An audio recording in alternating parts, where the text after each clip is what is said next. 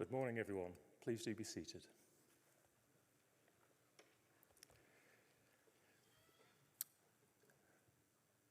Good morning. Distinguished ladies, gentlemen, students and guests. My name is Dr. John Scott. I'm Foundation School Director for NHS England in the North East and North Cumbria and a consultant physician working in a local NHS trust. And it's my pleasure to be your Master of Ceremonies for this morning's robing ceremony. Good morning to you all. It's lovely to see so many happy faces in the audience as what is a very exciting and happy experience for us all. So good morning, everyone. My first duty is to invite the Deputy Vice-Chancellor of Northumbria University, Tom Lawson, to the stage. Thank you.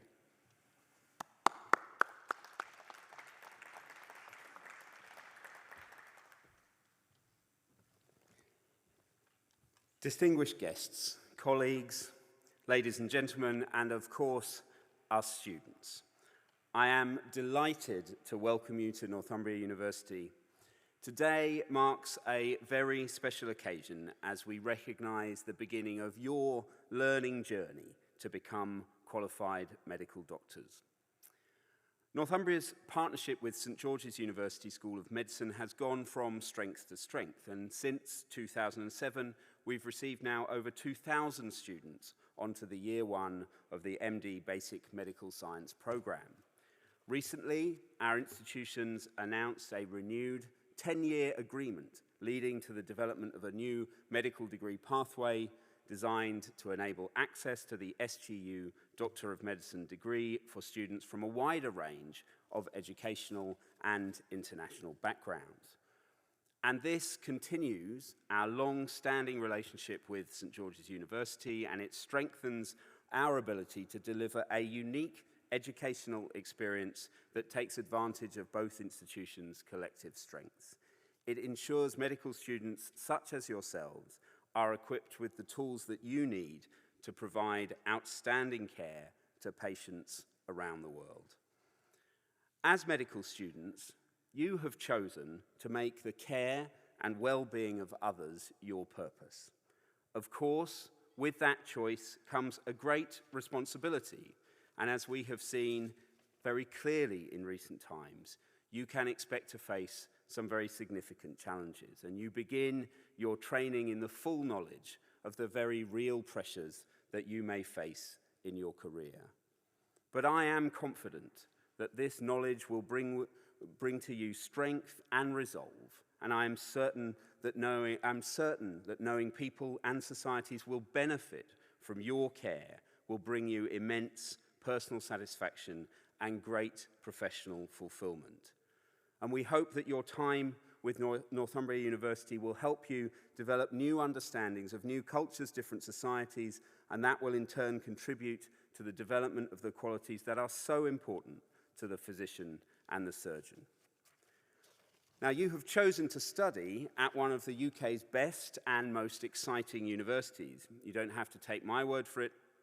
Northumbria University was named University of the Year in 2022 in the highly prestigious Times Higher Education Awards, an achievement that I never get tired of talking about, although at some point we are going to have to stop talking about it.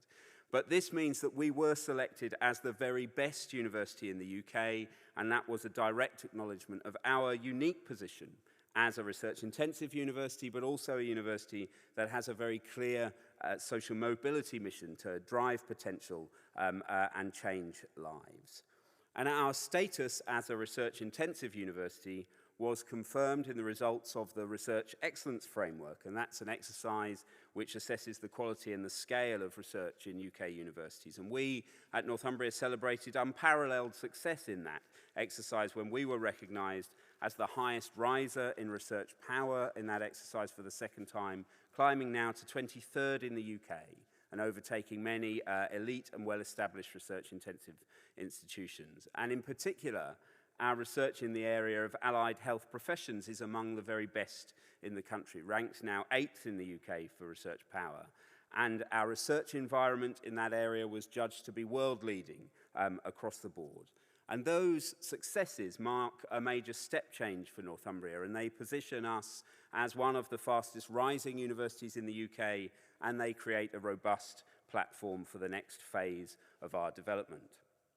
And our partnership with St George's University is a very important part of that development, and it's a clear example of our global ambitions. And students like you, studying in multiple locations, benefiting from exposure to a range of healthcare settings and systems, are a true representation of our global vision, and we value our partnership with St George's very highly indeed.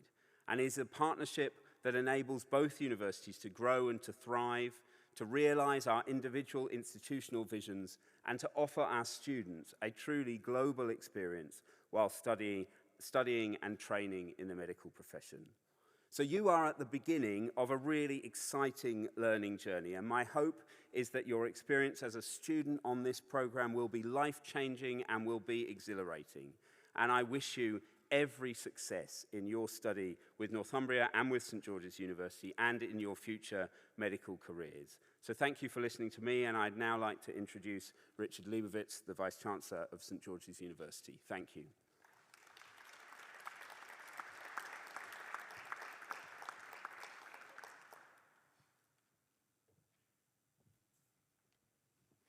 Good morning, everybody. I'd like to join our partners at Northumbria University in welcoming our students, friends, and most importantly, family here today to celebrate this event. As a physician, I certainly recognize that you are starting on a unique career path, and I really congratulate you for making this decision in terms of choosing a profession such as medicine. Now, just as this is the start of a journey for you, today actually marks the end of a journey for me. I will be stepping down as Vice Chancellor come March, so this is the very last white coat ceremony I'll have the opportunity to stand, look out, and really be pleased about those who will be pursuing the profession that I chose over 40 years ago. With that in mind, and as everybody at St. George's know, I love the word parsimony. I like saying the least amount I can to get the point across. I'd just like to make a few reflections. First and foremost, again, thank you for choosing this profession. As time goes by, I most probably, and my family will be needing care from people just as you who are starting their career path right now. So that's important to me. But as I look back in terms of my 40+ years, I think about what I've been through and some of the lessons that I've learned. So I'd like to start by saying that you may hear talk from a lot of old-time physicians like me that medicine isn't what it used to be. Well, here's the good news. Number one, you were never there before, so you don't know what to compare it to. And number two, I think that's a very cynical way of looking at things. I think the profession of medicine offers unique opportunities for you, gives you the opportunity to partake in people's lives in ways that no other profession does, and to really feel as if you're having a meaningful impact. I'm one of those, and maybe some of you are the same, who very early in life knew I wanted to be a physician. And I was really intrigued by the science behind medicine, the understanding the anatomy, understanding the physiology, and I thought if I read all the books and if I did all the homework and memorized all those important things, I'd be an excellent physician. Well, in my training, what I learned is that's just barely the foundation to becoming a physician. What you will learn in this program with both your time at Northumbria, in Grenada, and then wherever you do your clinicals, is that is the very minimum in terms of what you need is the knowledge of the facts. What being a physician is about is really how you relate to people, how you deal with people in their lives during the highest points of their lives, as well as during the lowest points of their lives. And coming to a program such as we have here at Northumbria, you will get the opportunity to see most of you will see three very different approaches to medicine. You'll see how it's taught here in the UK. You'll be in Grenada and learn about the experience there. And many of you will do your clinicals in the US. And once again, we'll see a different part of medicine. And I think that will contribute to your being an excellent physician. So I think it's most important that you pay attention, you learn, and you take care of yourself. Because as is often said, you can't take care of others unless you take care of yourself. And you have to be in a place where you are good in your own mind, understanding what's important and being able to take care of others. So I congratulate you. There's a hard road in front of you, but it's a very fruitful road, and I don't think any of you will ever regret making the choice that you made. Thank you.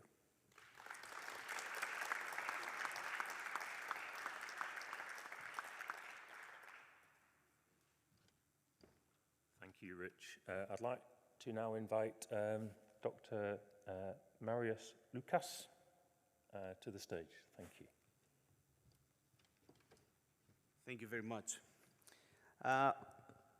Before I say my congratulations to the incoming class, which obviously it's the most important part of the day, I would like to say a very big thank you to Rich for his mentorship and his time in SGU. I've been with SGU 20 years, so Rich has been a very important teacher for me as a dean.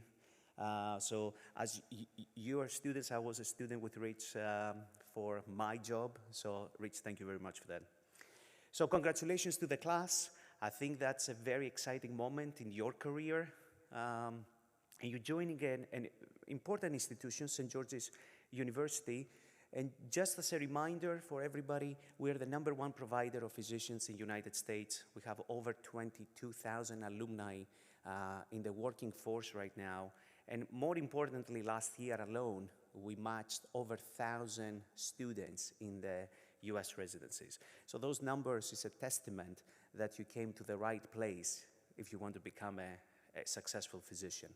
We have great faculty here, especially in Northumbria University and SGU here in Northumbria. Our faculty are world experts, and they're going to teach you the right stuff with the right way in a very positive learning environment. So I'm pretty sure you're going to be very happy with the faculty and the setup we have in this place.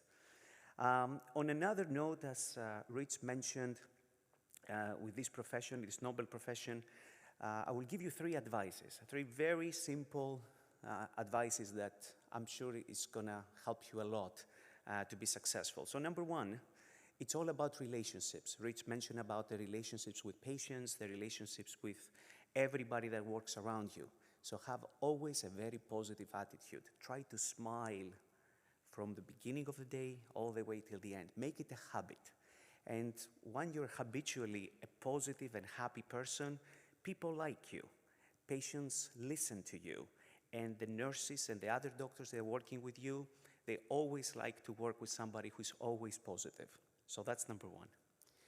Number 2, as doctors, as physicians, personalities, students, we're facing difficulties. So ask for help. There is nothing wrong to ask for help. And since, as I said, Rich was my teacher, I asked Rich many times, help. I said, I'm in a difficult situation, how we deal with that. So you're going to be in difficult situations, either academically, socially. So the university is here for you to provide you that help. But generally in your life, don't be afraid to reach out for help. That's very, very important. Sometimes in medical rounds, we call that consultation. You asking your fellow physicians to give you a consult in a situation that you're not sure what the patient has. The third one, which is sometimes in this stage and age not mentioned as we would like to, keep in contact with your parents. It's very, very important always to send them a quick message.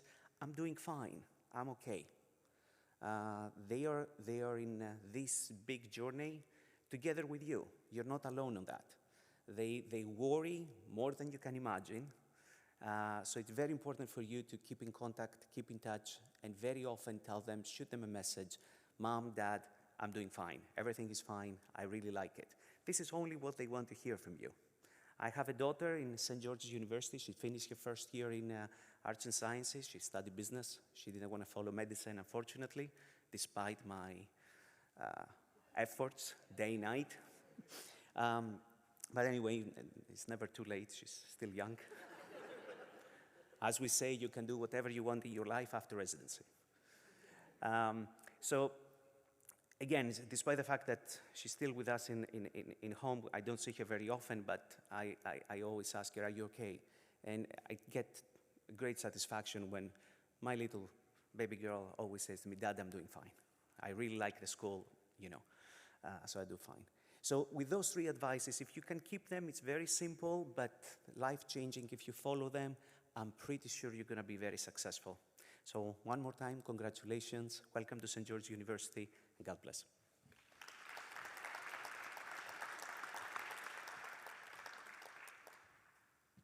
you, Marios. I'd now like to introduce Dr. Bob Grant to the podium. Thank you.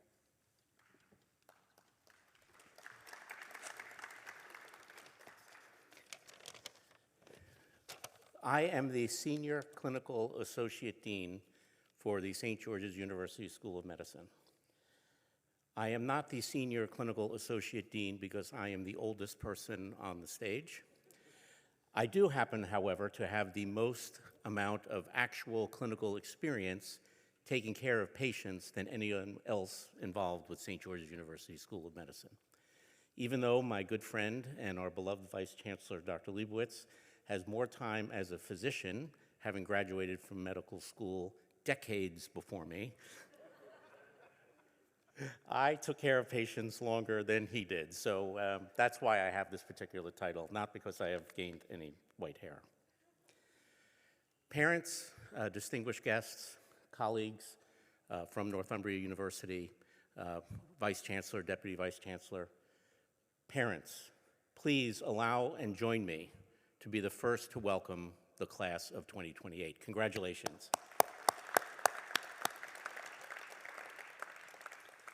All of us at St. George's University are incredibly proud of this incoming class of students.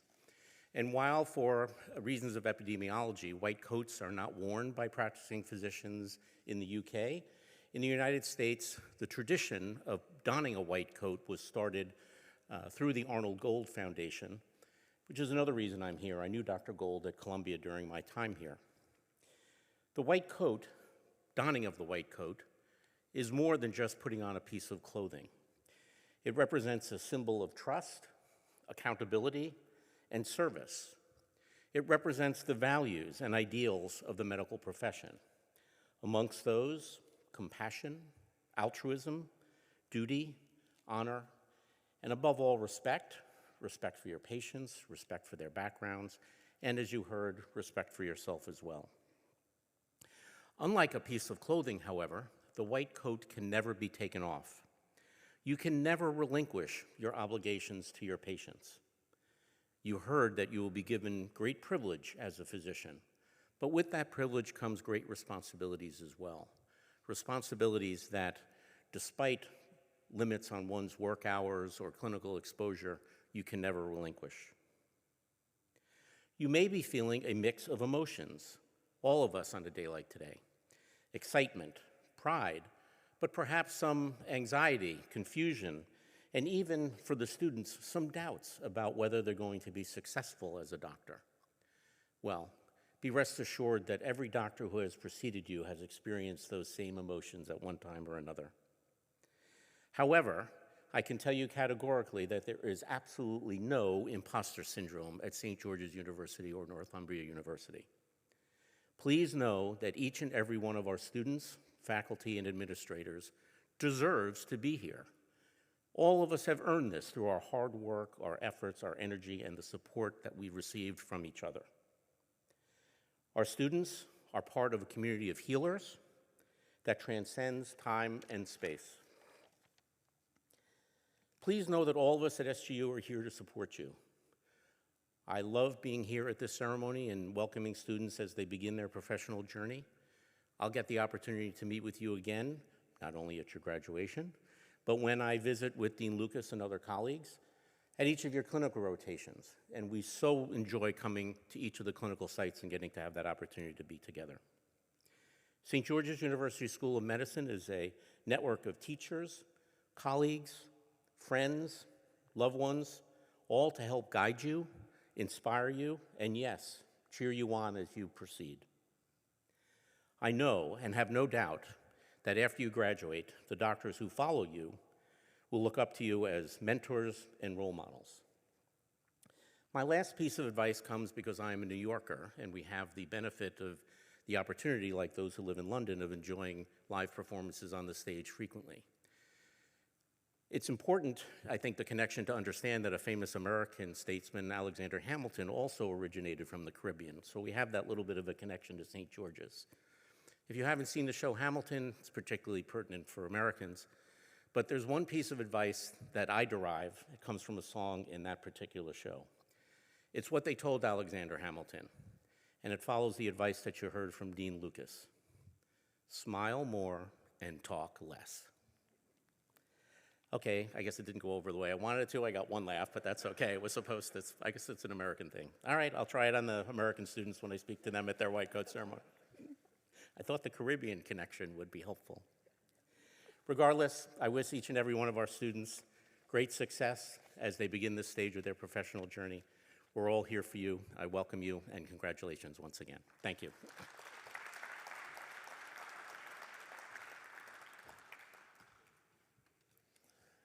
Bob has alluded to the Arnold P. Gold Foundation, and I'd just like to explore that in a bit more detail with you now. There are some details in your ceremony handbook, of course. The White Coat Ceremony was founded by the Arnold P. Gold Foundation in 1993 to promote humanism in medicine. 3 years later, St. George's University School of Medicine initiated its own White Coat Ceremony, which has been held for every entering class since 1996. In 2003, the Gold Foundation founded the Gold Humanism Honour Society, an international honour society dedicated to the promotion of humanism, professionalism, and ethics in medical practice and education.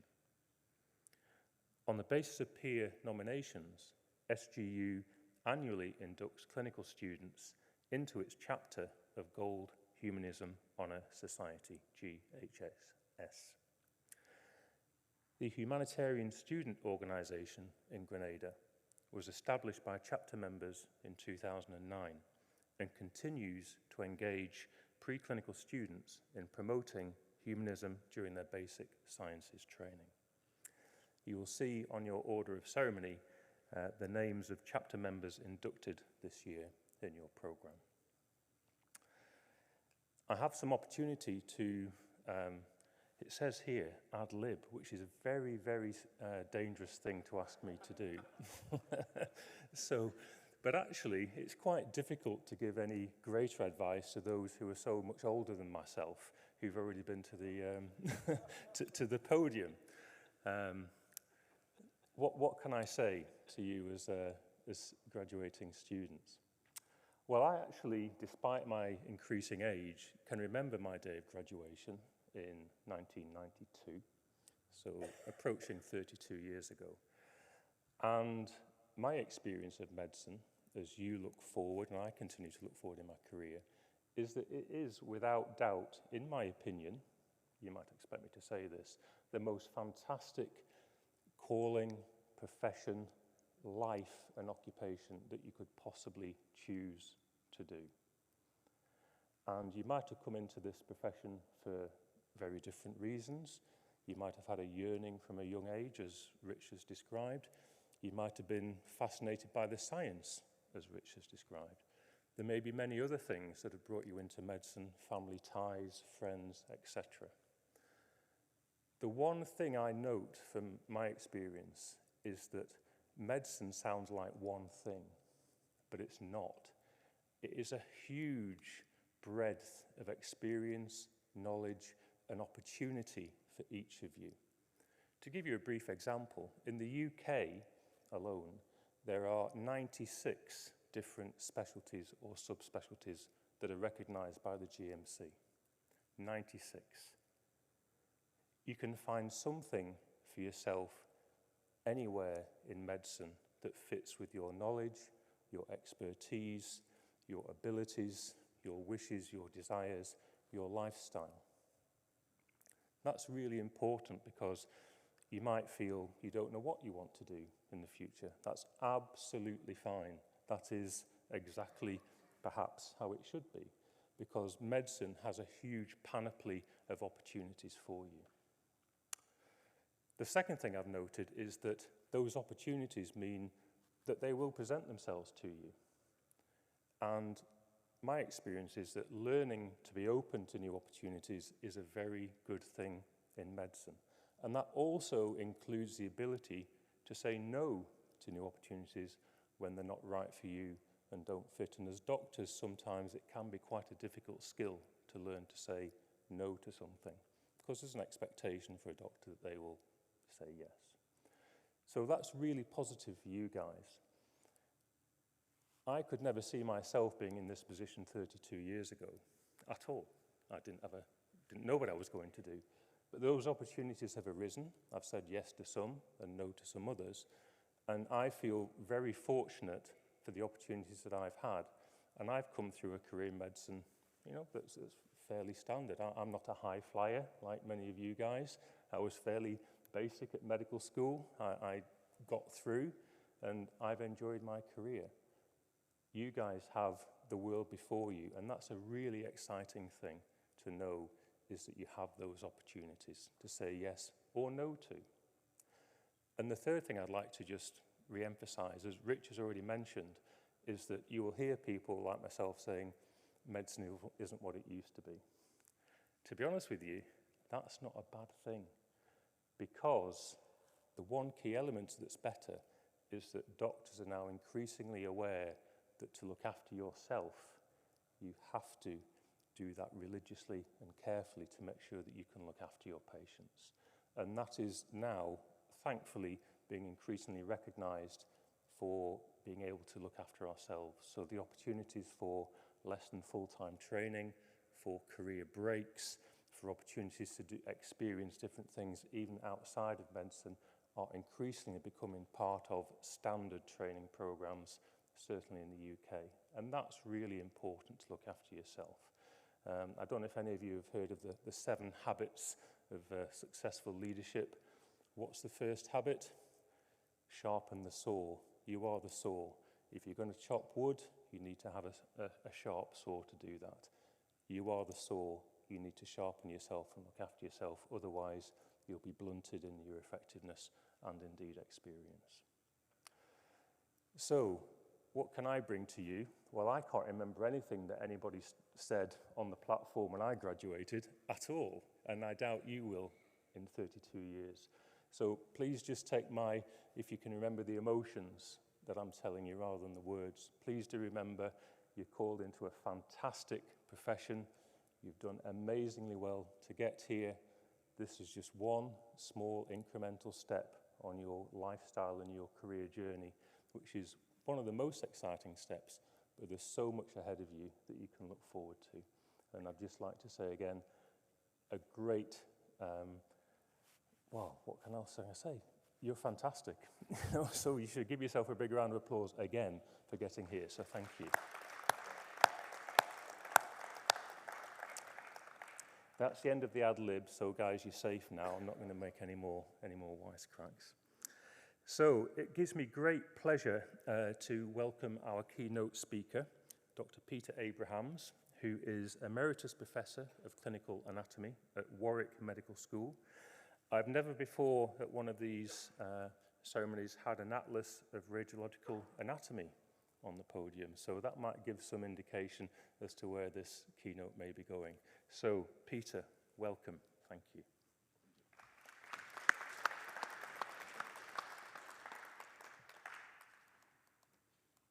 Ladies and gentlemen, may I first congratulate you, but really the people that need congratulating are the parents in the audience, because they're the ones that are forking out to get you through medical school. So first of all, congratulations to the parents, and then to the future students.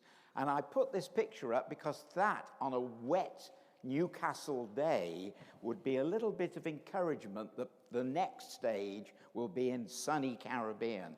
Now, I've had an association with St. George's for 40 years as visiting professor. And I have to tell you that one of the great things is that you are just like uncut diamonds, and we are going to polish you over the next 5 or 7 years. So remember that you are like stem cells. You are pluripotential. You can become anything. Someone already just mentioned that. You don't know what you're going to be, and believe me, you've no idea. As I will show you from my own career, you may go all over the place as different types of doctor, different types of physicians. But remember that you have got a whole world in front of you. The world is your oyster. Nowadays, if I ask you a question about anything information, you literally pick up your phone and you give me the data straight away. You can probably give me information about that data, because it'll probably say on Wikipedia a paragraph or two. What is knowledge? Because what you've got to get in the next 5, 7 years is knowledge. And knowledge isn't that easy to get. You have to listen, adapt, have to listen to your teachers, listen to your clinical teachers particularly, and get the knowledge. You have to learn the facts in a relevant context. But last of all is wisdom. And wisdom is extremely difficult to get hold of. You don't get wisdom from a computer. You don't get wisdom from Wikipedia or Google or anywhere else. You only get wisdom by listening to your patients. And I want you to remember that. When I was a student, getting hold of data was difficult. We had to spend time in the library actually reading books. If you wanted to do research, you had to go into a thing which was medicus indicus, and it was a nightmare to find any publications. The converse has happened now. Any old publications have tended to get forgotten if they've not gone back through all the last 2 centuries of research. But medicine is a very fast-moving field, and it's very important that you realize that you will only get wisdom from your teachers, and almost the older they are, the wiser they are. And that's not always true. Some of us sort of fall off our perch earlier than others. But I think it's important to realize the wisdom of medicine you will gain mainly from your patients. He who studies medicine without books sails an uncharted sea, but he who studies medicine without patients doesn't go to sea at all. Remember that. That was Sir William Osler who said that. If you don't listen to your patients, you will not get any wisdom. Now, it's interesting. You'll see the picture on the right there. I've got Asclepius, and you will see here was the single snake around the staff. That was actually originally from the time of the Greeks for taking out nasty little worms that got in your legs.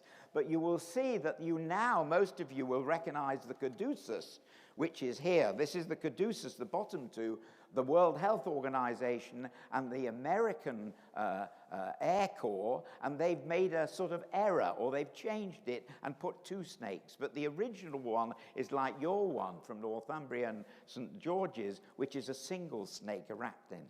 And you must watch, listen, and learn from your patients. It's your patients who will teach you. More than anything, if you ask me now, tell me about sickle cell, immediately into my head comes a patient who had sickle cell, and I remember them being in my surgery in abject pain and dealing with it. And that's how you remember and learn your medicine, mainly from your patients.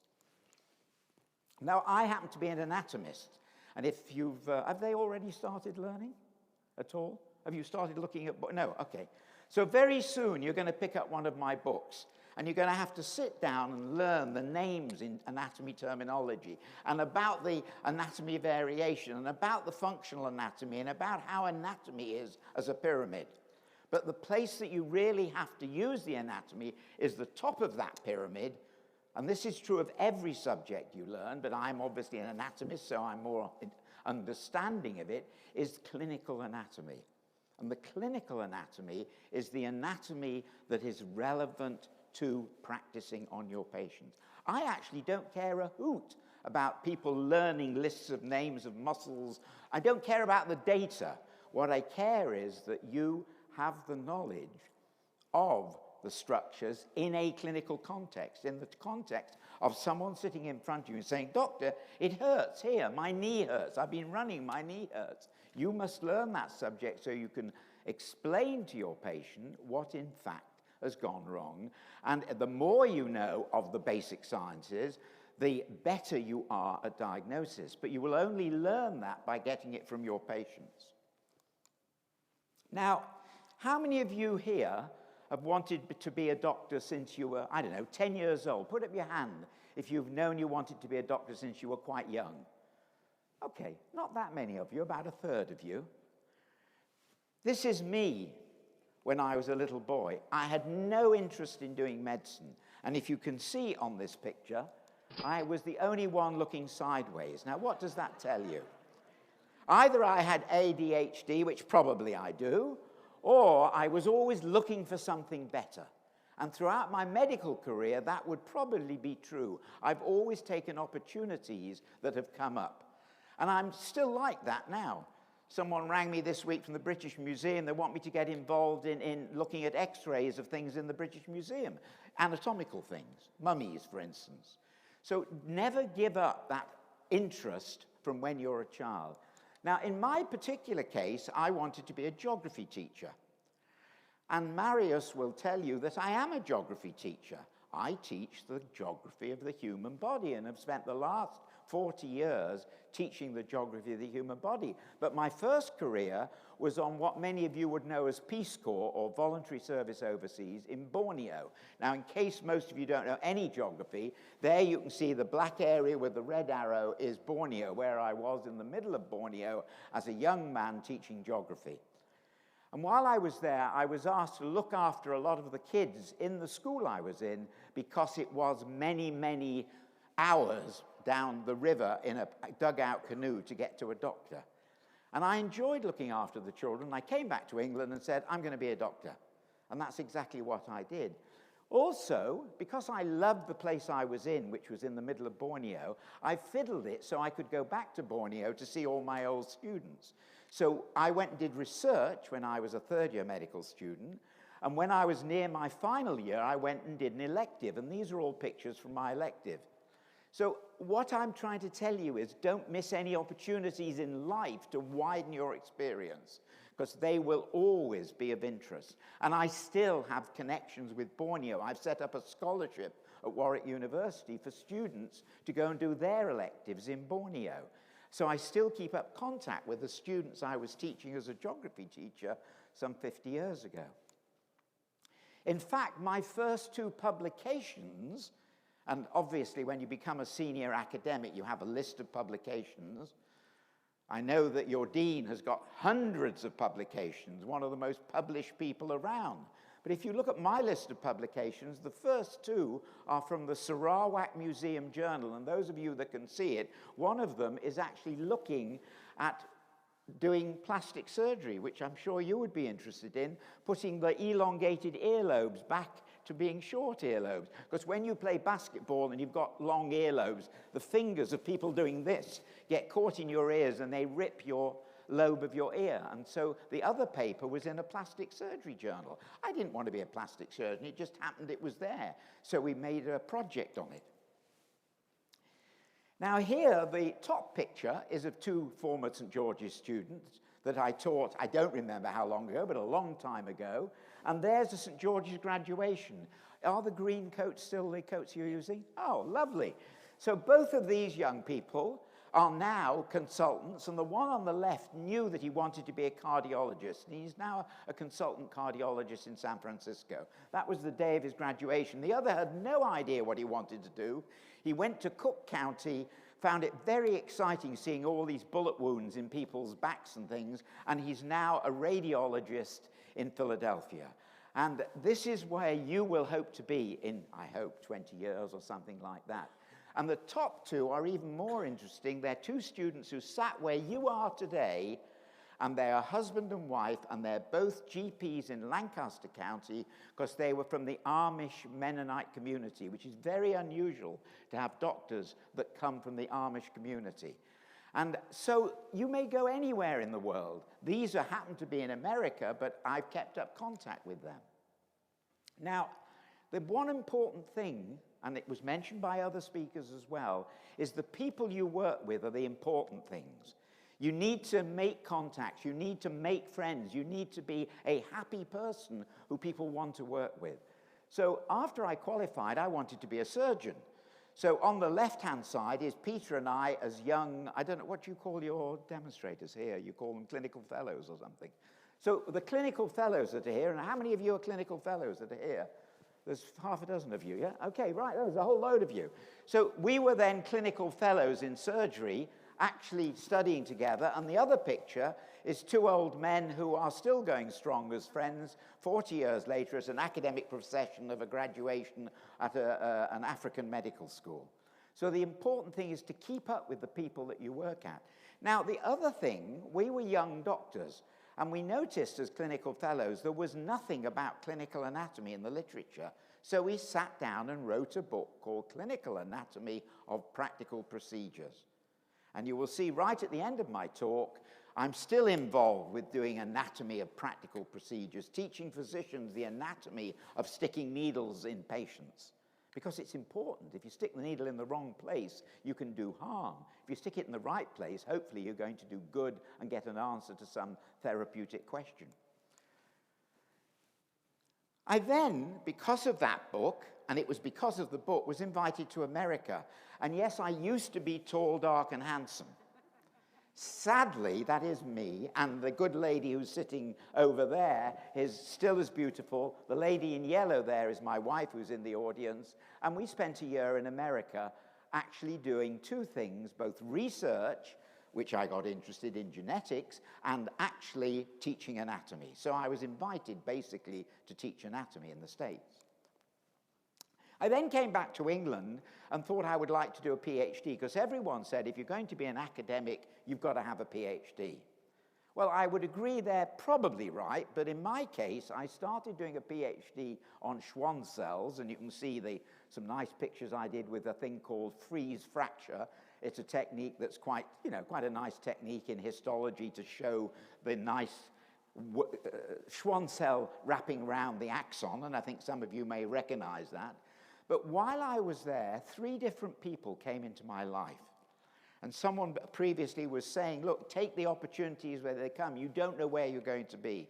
And the first person that came into my life, 3 particular professors, was a guy called Professor Prives.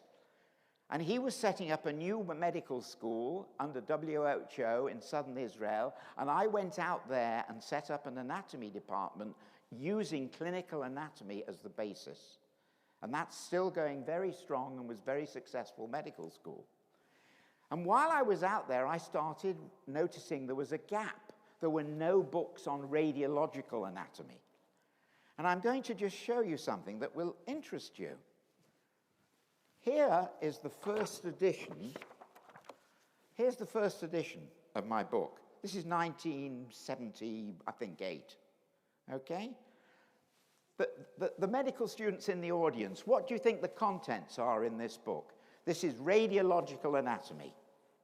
What do you think is inside the book? Come on, shout out. What sort of images? Sorry? Radiographs, yes. What else? Ultrasound, no. What else? Sorry? I heard something over there. Pardon? It's all of radiology anatomy. What do you think the pictures are? What type of pictures? Oh, yes, there's one of a hand, there's one of everything, but what type of pictures? What about CT? What about MRI? No, there was no CT, there was no MRI in 1980s. So I, as a medical student of your age, never saw CT or MRI or ultrasound. They're all techniques that have become common that you will have to learn about, but they weren't there when I was a medical student. The progress in medicine is so fast. Now, none of you will ever see this. What am I holding up? An X-ray. Wonderful. I can promise you not one of you in this room will ever see one of these. The older physicians in the class will remember running around the hospital basement looking for packets of these things. Now they just appear on your screen. I promise you they're very useful for teaching. But that's what I'm trying to tell you. Medicine is moving so fast that none of you will see this. Now, the second person who came into my life is the elderly gentleman and his wife, Professor Jim Henderson, who was one of your future people. He was the dean of St. George's in St. Vincent. Now, you may not know, but St. George's had 2 medical schools, if you like, one in St. Vincent and one in Grenada, and eventually all of St. Vincent moved over to Grenada. It was year 2 that was in St. Vincent. And Jim Henderson introduced me and asked me to come to St. George's in 1990. And I was there for many years, coming twice a year from England as a visiting professor.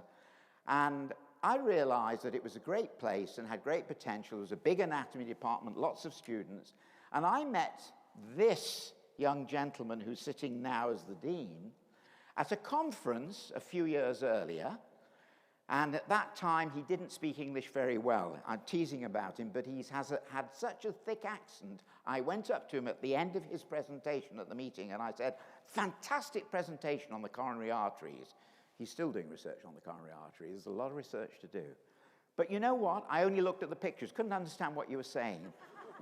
When you learn English, you'll make a great career. And it gives me great pride to see him sitting as your dean here on the bench.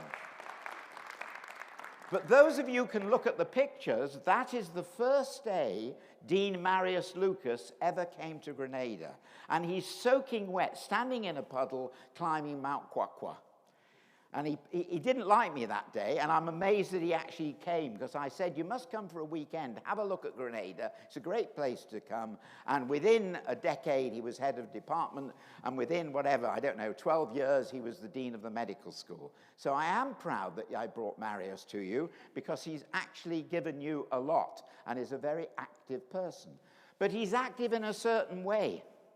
And you can probably recognize him at the back of that group. He's a team player. And that's the other thing that I want you all to realize. Medicine is a team sport. And you have to encourage your juniors, you have to work with your friends, and that was what a couple of people have already said. You've got to keep smiling, and you've got to be nice to people, because otherwise you won't be part of a team. And medicine is a team sport. And Marius has always encouraged all his medical students. Here are all the other medical students who are presenting at a meeting. And now he's got a bigger screen, and he's now the dean. Never seen such a big screen. And here is another meeting where both he and I are on the floor, and all those students standing behind us are all the students that Marius had encouraged and brought to a conference, in fact, in Milwaukee. I can't remember the year. When was it? Oh, 2006 or 8 in Milwaukee. And all of those students were St. George's students who did research projects and actually started on an academic idea or an academic career related, in this case, obviously, to anatomy. Now, there's someone else in the audience that also you're going to get to know very well. And you can see, notice I'm in shorts, and James Coey, who is your local dean, met in St. Vincent, and I took him out to St. Vincent and eventually brought him over to Grenada, and you can see he's enjoying himself at a Boone masterclass in the pool, where people came literally from South Africa, from America, from Grenada, from England, from other countries to produce new anatomical material to go into a book for teaching you. And so my association has been, I have to tell you, me in shorts is how I have always been at St. George's. In fact, I had a real to-do with a previous dean in St. George's, because he wouldn't let me into the university hostel wearing shorts, so I wouldn't go into the hostel. So seeing me in a suit tonight, I mean, even Marius was amazed to see me in a suit. It's not something I do. You're very honored, I have to tell you. You're very honored to have me in a suit. But again, the people you meet are the way that you progress, the way that you get connections in medicine. Not only do you learn from your patients, but here is Sandy Marks, who I know that a few people in the audience know, and we produced the first 3D skeleton on the computer. Again, a team effort. He was from University of Massachusetts, the physicist was from University College London, and a whole group of us worked on making the first 3D skeleton. And that's another thing I want you to realize. All of you in this room have got a telephone. But how many of you have got a machine that can run a video, or a machine that can run a DVD? In fact, over the last 20 years, I've been involved in making of CDs, DVDs, and the very first thing, can anyone tell me what I'm holding up? What's that? A young person. Can you tell me what it is? It's not a record player. What is it? It's a laser disc. Now, this laser disc has 58,000 medical pictures on it. 58,000 medical pictures. The whole of medicine is on this one Laserdisc. And this was the first way that we got massive information into one place. But this is 20, 30 years old, and not one of you in the room, including myself, can even play my Laserdisc any longer. Because, no, seriously, I can't even play my ordinary videos any longer. They're all out of date. All within my personal lifetime, this has changed so incredibly. And you can see down there, and I know James was in fact involved with that one in 2009, Coach Pod. When I was invited to Warwick to set up an anatomy department, we didn't have an anatomy department in Warwick, and what we had was a busing from Warwick to Leicester University. And I thought, this is ridiculous. The students are wasting an hour of time. I'll make them little videos and Coach Pod, as it was called, and they'll study on the bus over to Leicester University, and they'll study on the way back. And that was 2009, one of the very first Coach Pods, which it was called Coach Pod, but it was a podcast, which we had on video as well.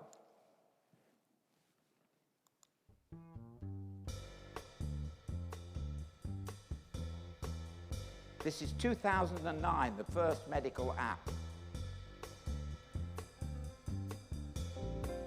My name is Professor Peter Abrahams of Warwick University. I want to show you the anatomy of the human body using multimedia techniques to reinforce the knowledge. Here we have slices through the thorax. Here is the aorta. Here's the formation of the heart. The other poor girl's going through all the other books. One of the most important things is to learn anatomy as surface anatomy. There is dissection, there is prosection, there is cross-section, there's radiology, the real structure. They also have multiple choice questions that are set in a clinical scenario.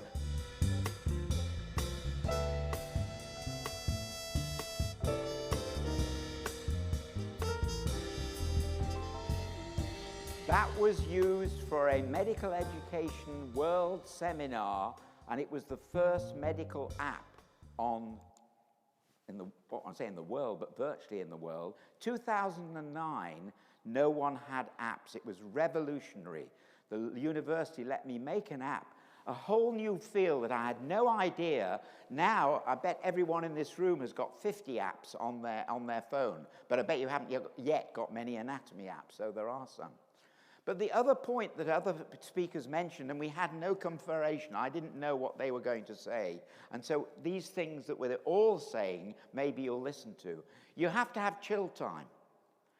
And I mean that. I personally, in fact, the top picture has got 3 different professors from St. George's, visiting professors, one climbing in Grenada. I'm actually hidden in this one. I'm hidden here behind the wave. There's two professors who are visiting professors at St. George's at the front of the boat. And, you know, I don't care what it is, you need to have time to chill out. Whether it's music, whether it's fishing. And by the way, when you go to Grenada, fishing, beautiful ladies at Carnival are wonderful entertainment, and you can see the scuba diving. That's the volcano in St. Vincent. If you get a chance when you go to Grenada, take a weekend to St. Vincent and climb the volcano. It erupted a few years ago, so just check before you go that it's not going to erupt again. And in my particular case, I've spent my whole of the time in Grenada, as Marius will tell you. I work all week teaching anatomy and all weekend under the water filming and photographing all the beautiful marine life. So if you've never scuba dived before, do take it up, because it's a wonderfully relaxing thing to do when you don't have to think about anatomy and physiology and biochemistry and pathology. It's a very good thing. But also, the summarization is that all of the medicine is a team spirit. Now, many of you may have heard, how many of you have heard of Frank Netter, who's written a lot of books? Yes, all of you there. All of these people are friends of mine. We're all rivals in the sense that we all have different textbooks that we write, but we're all friends. These are all of us at different conferences. And the last person on the right-hand side there, Prof. Boone, I put in because very sadly he was murdered in South Africa. He was my ever best PhD student who went back and became chairman in South Africa, in Pretoria. And I know most of you can't read this paper, but I'll tell you something interesting. This paper we wrote 20 years ago, and 10, 20 people a week or less would look at this paper in the journals. I noticed in 2019 that lots and lots of people were hitting on this journal. In fact, we had 8,000 hits and downloads of this particular paper, which actually is quite a lot for an anatomy paper, 8,000 downloads. And the paper is on cricothyroidotomy. In other words, making what many of you might call a tracheostomy, but it's not exactly a tracheostomy, it's a bit higher up, an airway. And that is because all over the world, COVID was causing real problems and people were having to do emergency airways. And over the 2 years of COVID, 8,000 people downloaded this research paper. And I felt very good that a research paper that was really in the backwater suddenly became very important to help save lives. I had no intention as such that it would do that originally, but it really did during COVID. So if you don't publish, no one knows that there's any new knowledge, and you won't get any credit for it. If you do things, make sure you publish them, because you never know how they may help other people in the long term all over the world. There were people literally downloading that paper all over the world, particularly, and what happened is I've got a curve of the downloads of the paper, and it completely mirrors the world COVID problem. And to summarize, we have the science and the art of medicine.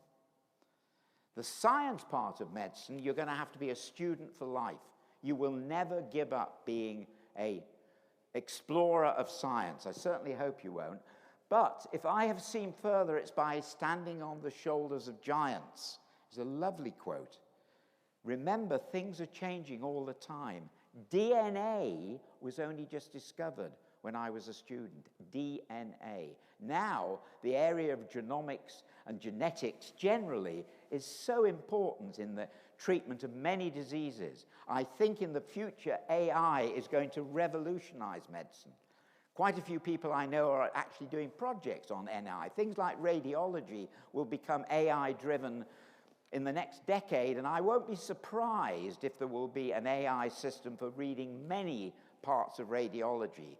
Doesn't matter what it is, but it's going to revolutionize medicine.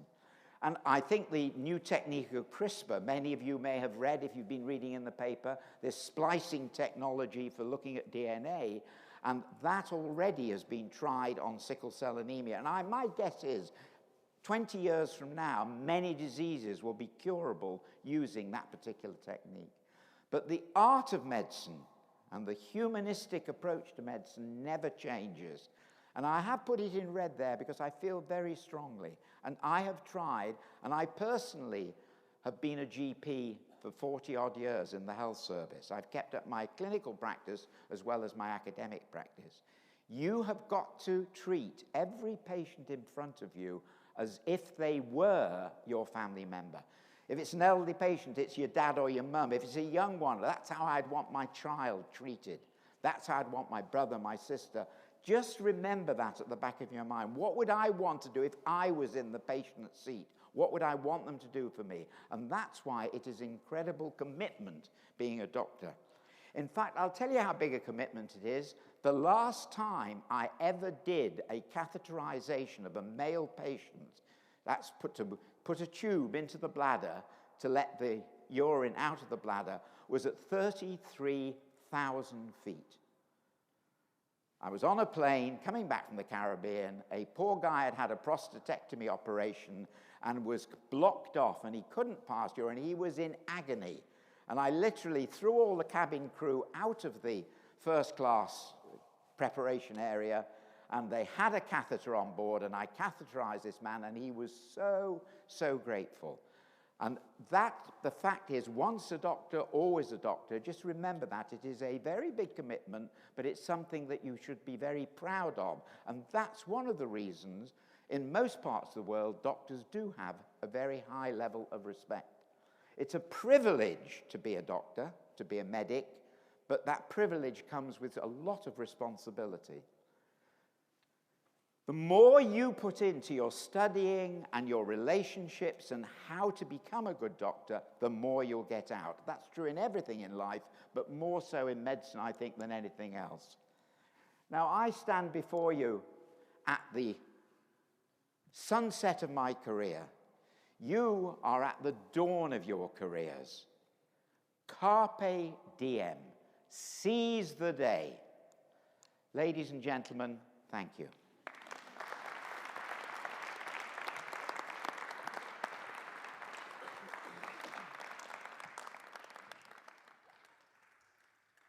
Thank you, Professor Abraham, for a very entertaining and interesting and informative speech. I'm sure we all agree, so thank you again. It's now time to move on to the main element of our ceremony this morning. And before we begin robing the students, I would just like again to introduce our robers who you've already heard from this morning. Dr. Marius Lucas, Dean of Basic Sciences at St. George's University, Professor Peter Abraham, and Dr. Bob Grant, Senior Associate Dean of Clinical Studies at St. George's University. In recognition of our international enrolment, I'm pleased to introduce Dr. Krishna Thompson, who will call out each student by name, state their country of birth, and to welcome each on stage to be robed. Just a couple of practicalities about the actual ceremony. We do ask that you could hold your applause until each of the students have been robed on the platform. For safety, please do remain seated during the ceremony. There is plenty of opportunity at the end of the ceremony for you to take your own personal photographs. Obviously, photographs are taken through the ceremony by our official photographer. It falls on me to introduce again Dr. Krishna Thompson, who will call each of the students to be coated 3 or 4 at a time. Thank you.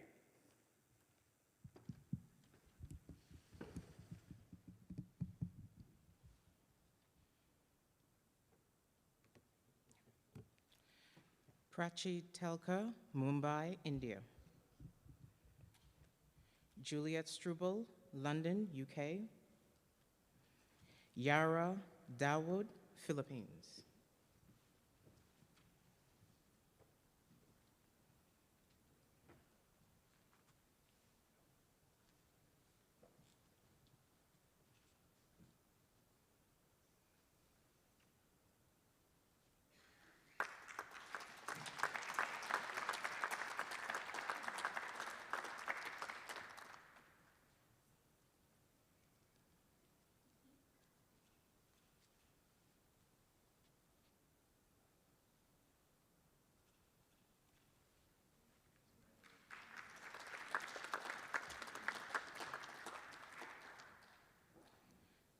Namgyung Kim, South Korea. Amy Sylvester Amoro Dion, Toronto, Canada. Calais Darrell, Bermuda.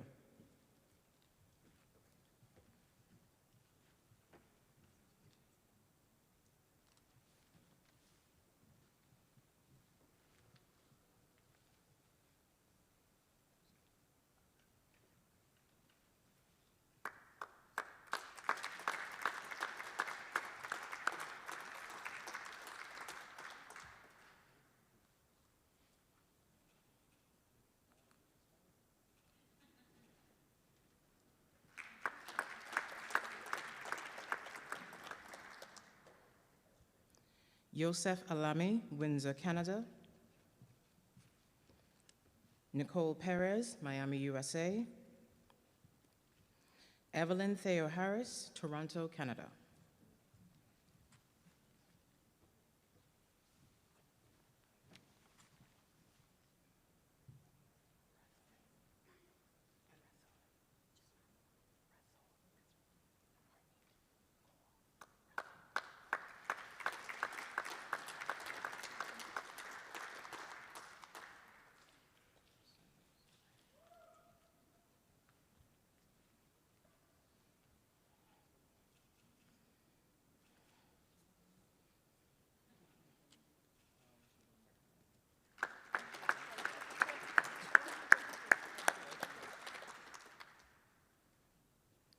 Harneet Kaur Rathore, British Columbia, Canada.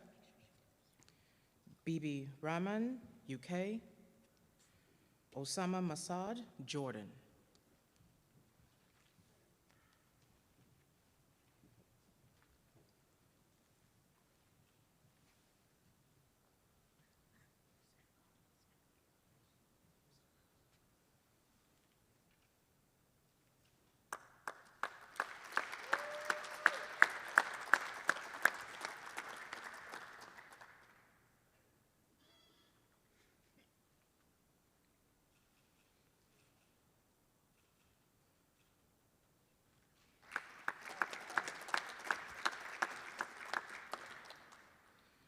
Tonmoy Sakar, Bangladesh. Spencer Lacorn, St. Louis, Missouri, USA. Joshua Correa, Bermuda.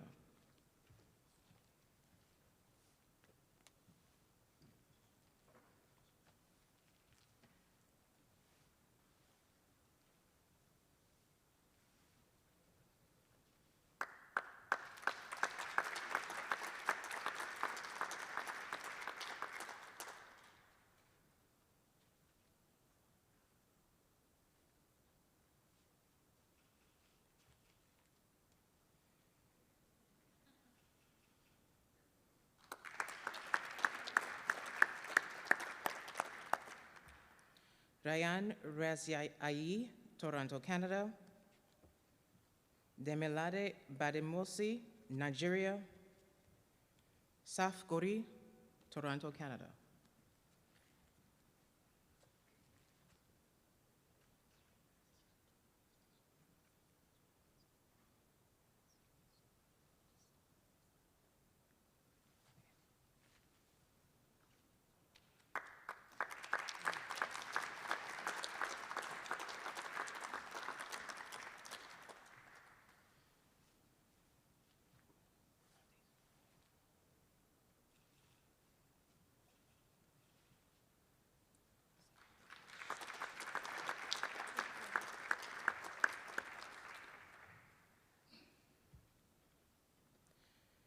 Sheikh Faria Binte Abdullah, Bangladesh.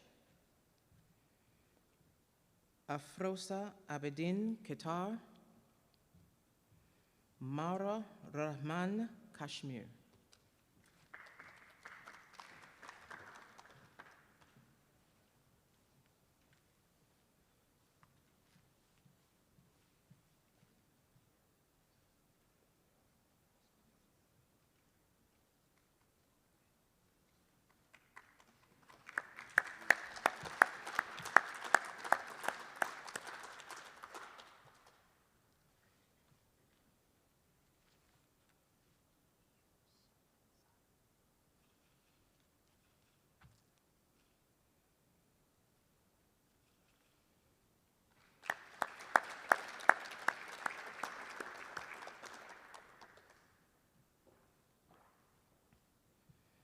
Suzanne Yousafzai, Toronto, Canada. Swathi Gadapudi, Fayetteville, North Carolina, USA.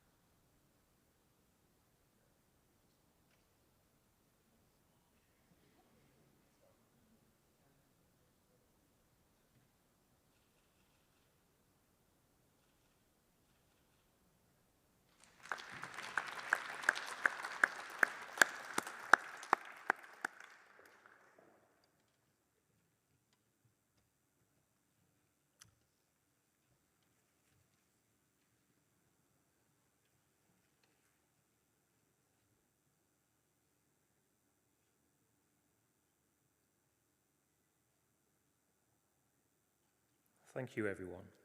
I would like to now ask all of the students and all medical doctors present to stand and recite aloud with me the professional commitment which you'll find listed on the back of your programs. So please do stand.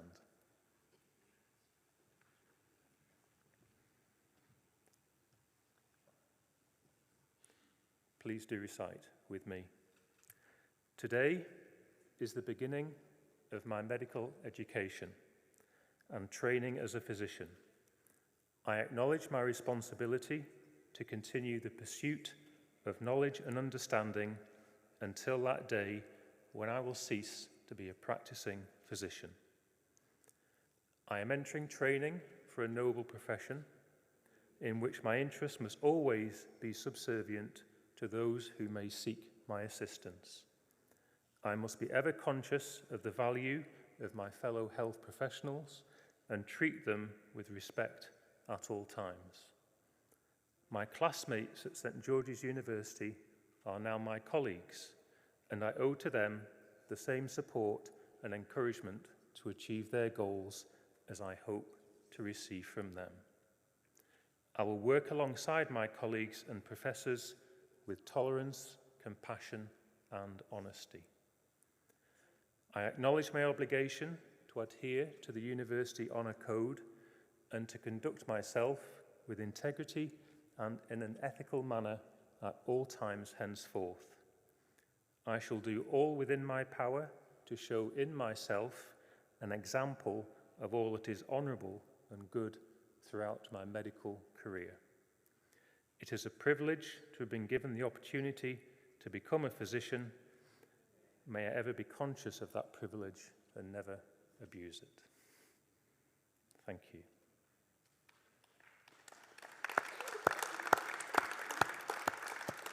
Please be seated.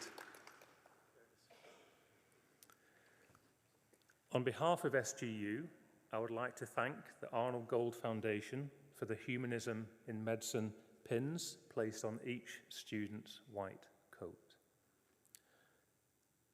Again, thank you, students, families, St George's and Northumbria faculty, staff and administrators for your support and presence at this ceremony. I would like to invite all of you to attend a light lunch reception in celebration of humanism in medicine. Please do join us in the Great Hall in the Sutherland Building between 1 and 3 p.m. Thank you all again for coming. May I ask that you please be standing as the platform party exits, followed by the students. Thank you all.